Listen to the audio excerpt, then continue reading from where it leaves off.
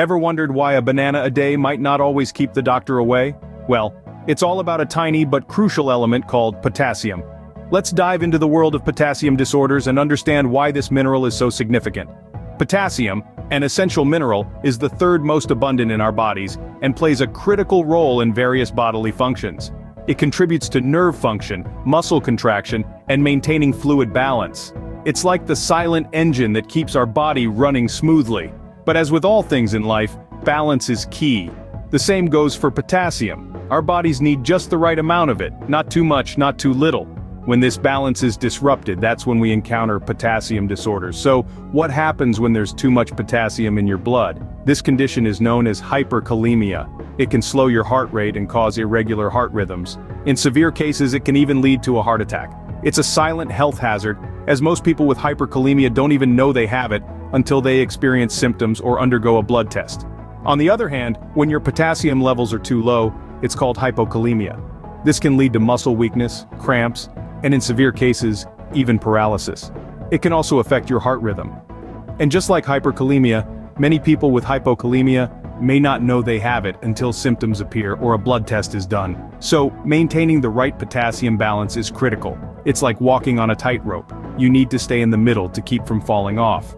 But don't worry, as complex as this might sound, understanding potassium disorders isn't rocket science. And that's what we're here for, to help you navigate this seemingly complex but incredibly essential topic. So, as you see, potassium plays a vital role in your body and its balance is essential for your health. Stay tuned as we delve deeper into the world of potassium disorders, their diagnosis, treatment, and prevention. So, what happens when you have too much potassium in your body? This is where the concept of hyperkalemia comes into play. Hyperkalemia, in layman's terms, is a higher than normal level of potassium in your blood. Potassium, an essential nutrient, is critical for the proper functioning of your cells, nerves, and heart. But like most things in life, too much of a good thing can be harmful. Now let's dive deeper. What can cause this potassium overload?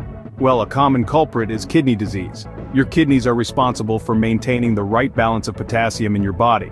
When they're not functioning properly, they may not be able to remove enough potassium from your blood, leading to hyperkalemia. Diabetes is another condition that can lead to hyperkalemia. High blood sugar levels can cause your body to produce more insulin, which in turn can cause your cells to absorb more potassium.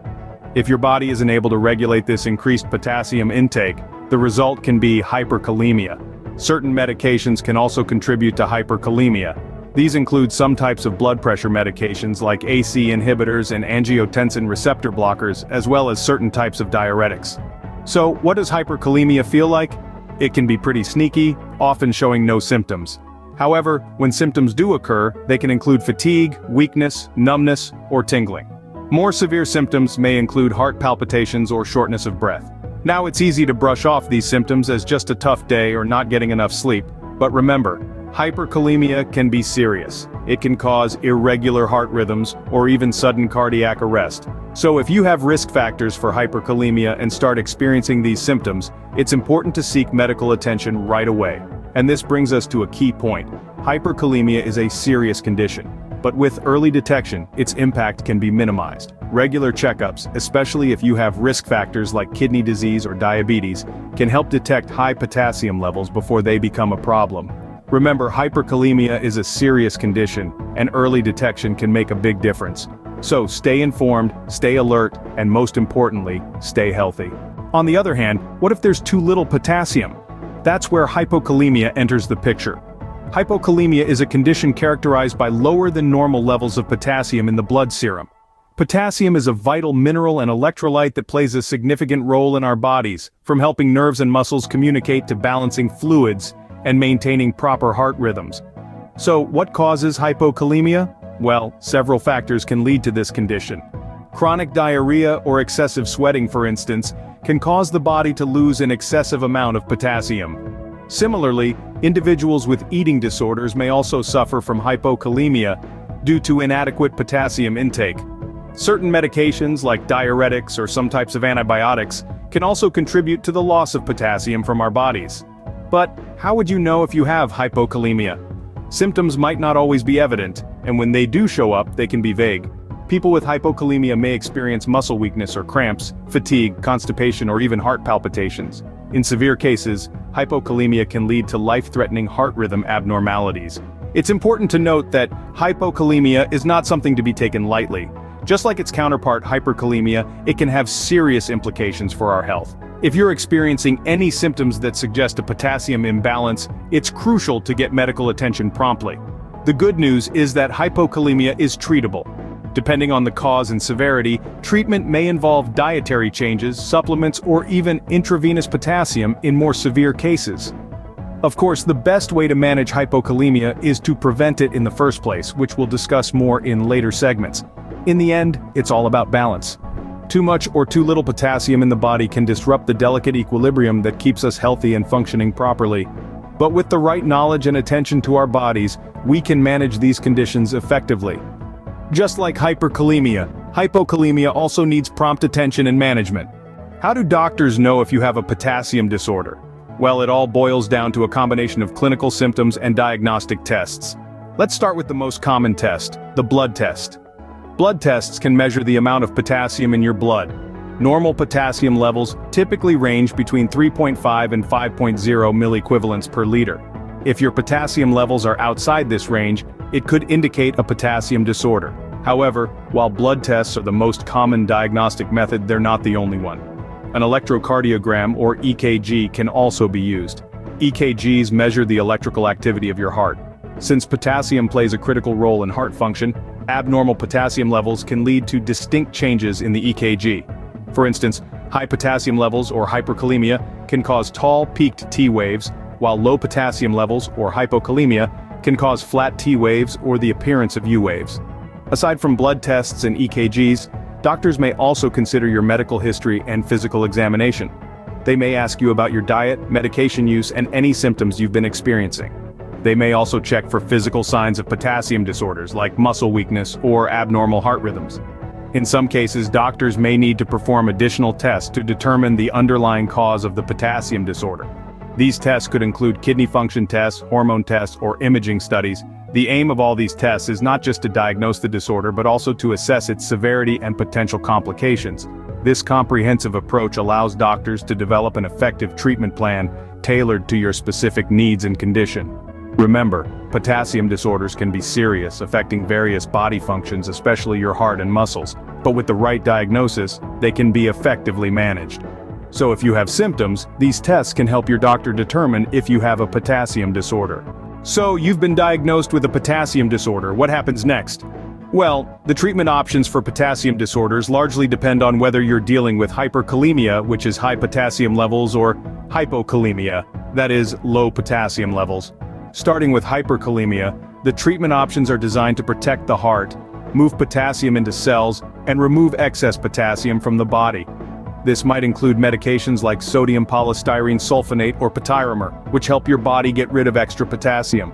Insulin and other medications may also be used to help move potassium into cells. In severe cases, dialysis might be necessary to remove potassium from the body. On the other hand, if you're dealing with hypokalemia, the treatment is focused on resolving the underlying cause and replacing the potassium deficiency. You might be advised to increase the amount of potassium in your diet. Foods high in potassium include bananas, oranges, cantaloupes, raisins, dates, spinach, and peas. Potassium supplements can also be used under the careful guidance of a healthcare provider. Sometimes medications might be the culprit. For example, certain diuretics can cause your body to lose too much potassium.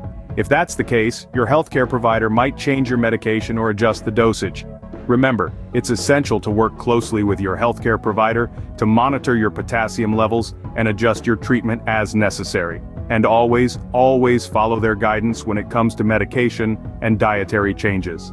Self-treatment can lead to serious complications, including life-threatening heart rhythms. So, the key takeaway here is that while potassium disorders can be concerning, they are manageable. With the right treatment plan that could include dietary changes, medications, and in some cases, dialysis, it's possible to bring your potassium levels back to normal. With the right treatment, it's possible to manage potassium disorders effectively. So, keep up with your treatment plan, keep communicating with your healthcare provider, and keep going. Wondering how you can prevent potassium disorders? Well, you're in the right place. Let's dive into some preventive measures that can keep these disorders at bay. First and foremost, a balanced diet plays a pivotal role in maintaining optimal potassium levels in your body. Incorporating potassium-rich foods into your diet can help prevent hypokalemia, a condition characterized by low potassium levels. Foods high in potassium include bananas, oranges, spinach, and beans, to name a few.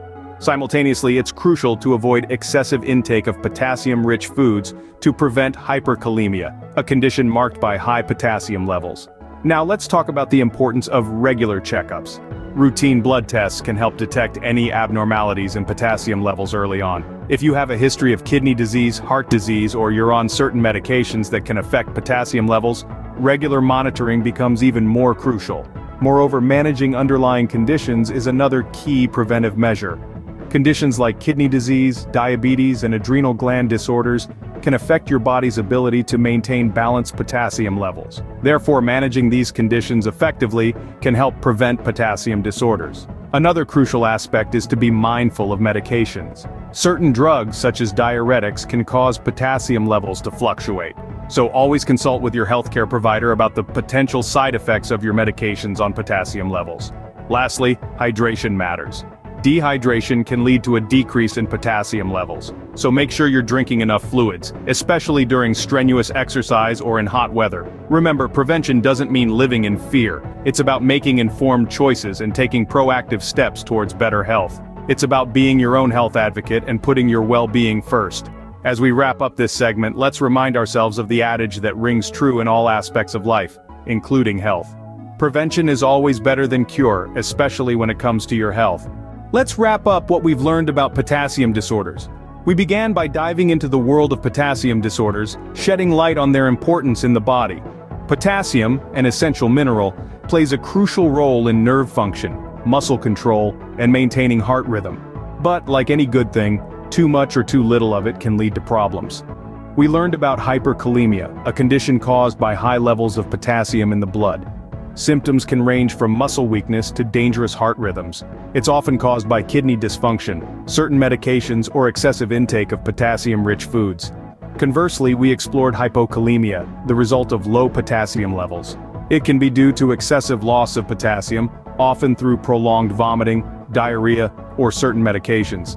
Symptoms can be subtle, like fatigue and constipation, but severe cases may lead to muscle cramps or heart palpitations. We then walked through the process of diagnosing these disorders. Doctors often rely on blood tests to determine potassium levels. However, because symptoms can be vague, it's important to consider a patient's medical history, symptoms, and potential risk factors for a comprehensive diagnosis. The treatment of potassium disorders was our next stop. For hyperkalemia, it may involve medication to remove excess potassium, dietary changes, or in severe cases, dialysis. On the other hand, hypokalemia is typically treated with potassium supplements and addressing the underlying cause. We also explored ways to prevent potassium disorders. Regular checkups can spot any abnormalities in potassium levels early on. A balanced diet rich in potassium can help maintain optimal levels, but remember, moderation is key.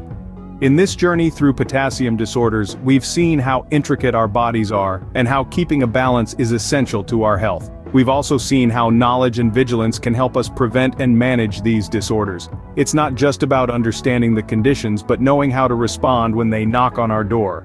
This information isn't just for medical students or healthcare professionals, it's for everyone. Because when it comes to health, knowledge is power. And with power comes the ability to make informed decisions, to ask the right questions, and to take control of our health.